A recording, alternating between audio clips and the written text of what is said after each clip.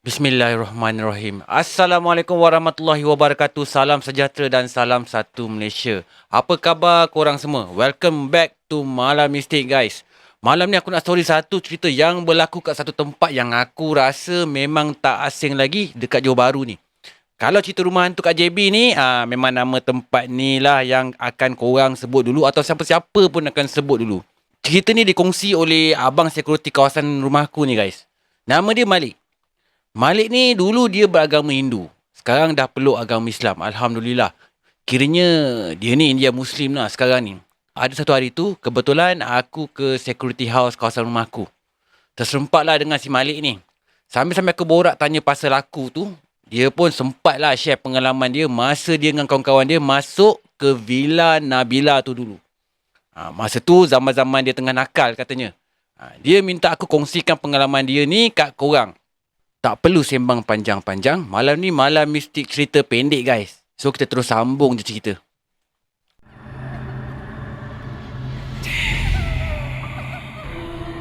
اللهم صل على سيدنا محمد وآله وصحبه وسلم.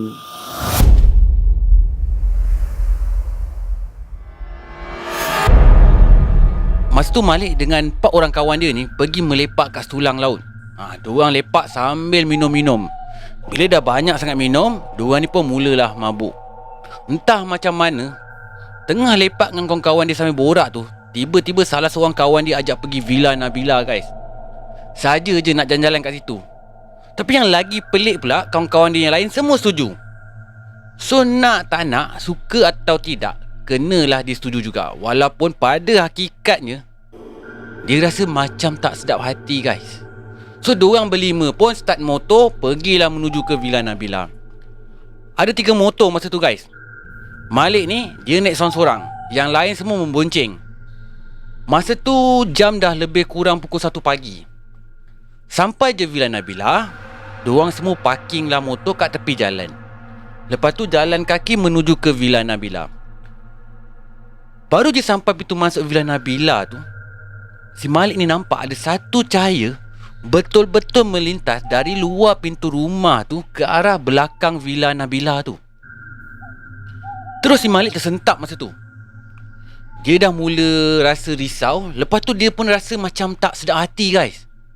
Dia tanya kat kawan-kawan dia ni kalau nampak apa yang dia nampak masa tu. Tapi guys, tak ada seorang pun yang nampak kecuali dia. Malik ambil keputusan nak balik je. Dia ajaklah kawan-kawan dia balik sama. Tapi tak ada seorang pun yang nak ikut dia. Siap kutuk lagi Malik ni, penakut lah, apalah. Tapi Malik tak peduli pun. Dia terus tinggalkan kawan-kawan dia tu dekat Villa Nabila tu. Sampai je kat rumah, si Malik ni terus je mandi. Dalam keadaan tengah sober-sober tu, kepala tengah pening-pening tu, dia dah tak fikir pun apa jadi kat kawan dia tu, yang kat Villa Nabila tu. Dia terus baring atas katil, lepas tu tidur. Esoknya sedar-sedar dah tengah hari dah. Bangun dari tidur nak siap-siap pergi kerja tu, dia pun call lah kawan-kawan dia. Tapi guys, seorang pun tak angkat. Si Malik ni, dia fikirkan mesti kawan-kawan dia ni tengah tidur lagi. So Malik pun pergi kerja macam biasa je. Malam tu, bila Malik balik daripada kerja, dia call lagi kawan-kawan dia.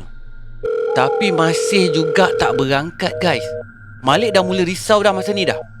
Esoknya, memang kebetulan si Malik ni pun tak kerja. Dia ambil keputusan nak pergi ke rumah kawan-kawan dia ni.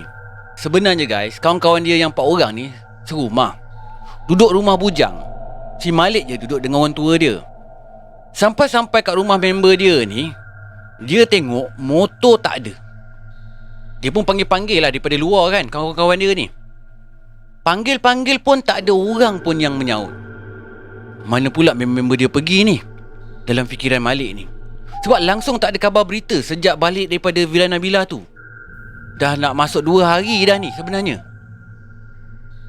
Memandangkan dia cari kawan-kawan dia kat rumah bujang tu tak ada, dia pun balik ke rumah, ajak adik dia temankan dia pergi Villa Nabila.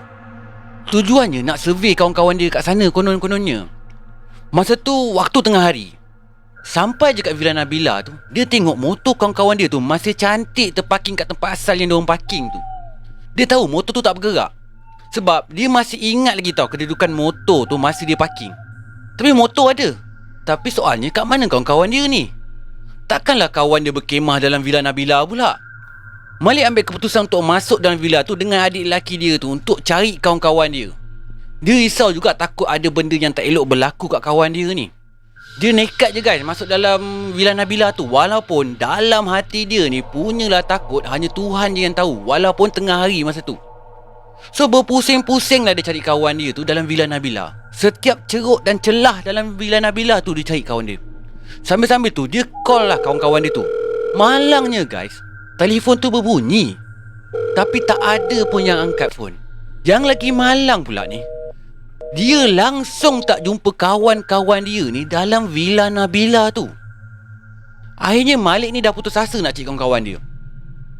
Dia dengan adik dia ni baliklah ke rumah dengan pelbagai persoalan dalam fikiran dia yang dia sendiri pun tak mampu nak jawab sebenarnya. Si Malik ni fikir kalau esok masih lagi tak ada jawapan ke mana kawan-kawan dia pergi ni, dia akan bawa report polis je, senang. Sebenarnya hati dia ni risau tau. Dia punya risau tu betul-betul punya risau dah ni dah. Malam tu dia betul-betul tak senang hati masa nak tidur tu. Mata dia pun tak boleh nak lelap. Dah nak masuk 3 hari dah kawan-kawan dia hilang ni. Dalam keadaan otak dia melayang-layang fikirkan apa nasib kawan-kawan dia tu, dia pun terlelap.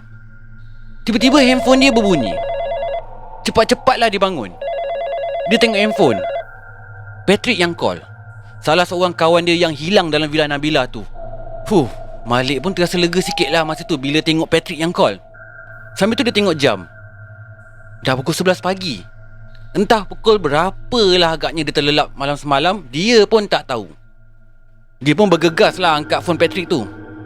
Benda pertama dia tanya kat Patrick, "Dek, kau kat mana ni?" dia cakap dalam bahasa India lah. Aku tak pandai sangat nak menyebut, so aku cakap dalam bahasa Melayu je lah supaya korang pun faham, aku pun faham. Back to the story guys. Patrick pun cakap dia dekat rumah lah, baru bangun daripada tidur. Dia bangun-bangun, dia tengok handphone dia berpuluh-puluh miss call daripada Malik ni. Tu yang dia call Malik balik ni, nak tanya dengan Malik apa yang penting sangat call sampai banyak kali. Si Malik ni teruslah cakap dengan Patrick, Korang ni pergi mana lah? Berapa hari dah korang hilang ni? Motor tu kenapa tinggal kat Villa Nabila je? Sebenarnya guys, si Patrick ni pun tak tahu pun macam mana dia dengan kawan-kawan dia yang lain boleh berada kat rumah sewa dia tu. Dia langsung tak sedar macam mana dia balik. Dia bangun tidur je, dia dah ada atas katil lah, dengan baju yang sama masa dia masuk kat Villa Nabila tu. Dia pun tak sedar rupa-rupanya bila dia bangun tidur, dan masuk 3 hari dah sejak kejadian diorang ni masuk kat Villa Nabila tu. Lagilah pula dia masuk kat Villa Nabila tu masa tu dalam keadaan yang mabuk sangat. Tapi guys, Patrick cakap apa yang diingat masa tu. Masa masuk dalam Villa Nabila tu, tiba-tiba seorang daripada kawan dia berlari menuju ke belakang rumah. So diorang bertiga ni pun kejarlah kawan dia tu yang berlari menuju ke belakang rumah tu. Lepas tu kawan dia ni terus gaib. Dalam diorang bertiga kejar kawan dia tu, rupa-rupanya guys, seorang lagi tertinggal kat belakang. Lepas tu diorang berdua pun pergilah cari yang seorang lagi ni. Dah satu hal dah. Seorang dah hilang dulu, seorang tertinggal kat belakang. Dah tinggal dia berdua je guys masa ni. Cari-cari tak jumpa punya pasal, diorang ni bercadang untuk berpecah pula. Dia pergi cari kawan dia yang kat belakang rumah tu, seorang lagi kawan dia ni pergi cari kawan dia yang tertinggal tadi tu. Mabuk punya pasal ni, perasaan takut tu memang dah tak ada dah. Dia pun jalan je terus cari kawan dia tu. Bila dia masuk kat satu bilik tu, tiba-tiba dia rasa mata dia gelap je. Lepas tu dia tak ingat apa-apa dah. Sedar-sedar dah ada atas katil dah. Dah 3 hari pula tu. Macam mana dia sampai atas katil, dengan siapa yang hantar dia balik, langsung dia tak tahu guys. Sebab masa tu dia dah mabuk sangat katanya. Dia bangun-bangun je tidur, dia terus capai phone dia dulu. Tengok-tengok Malik yang banyak miss call. Tu yang dia terus call Malik dulu. Tak tahu rupa-rupanya dah masuk 3 hari dah daripada hari yang diorang masuk Villa Nabila tu. Lepas daripada kejadian tu, barulah diorang ni kesal dengan perbuatan diorang ni guys. Untung tak ada apa-apa perkara buruk berlaku. Kalau kena sembunyikan terus semua hidup diorang tu, itu nak kira macam mana tu. Kiranya memang diorang ni nasib diorang ni baik lah, tak ada yang tersampuk ke, tak ada yang sakit ke kan. Lepas daripada kes tu guys, tak ada lagi lah diorang ni nak kata-kata masuk kat Villa Nabila tu. Bukan dalam keadaan mabuk je, dalam keadaan normal pun diorang tak ingin dah. Bukan Villa Nabila je guys, segala rumah hantu pun memang takkan masuk lagi lah diorang ni. Macam gitulah seriknya si Malik ni dengan kawan-kawan dia.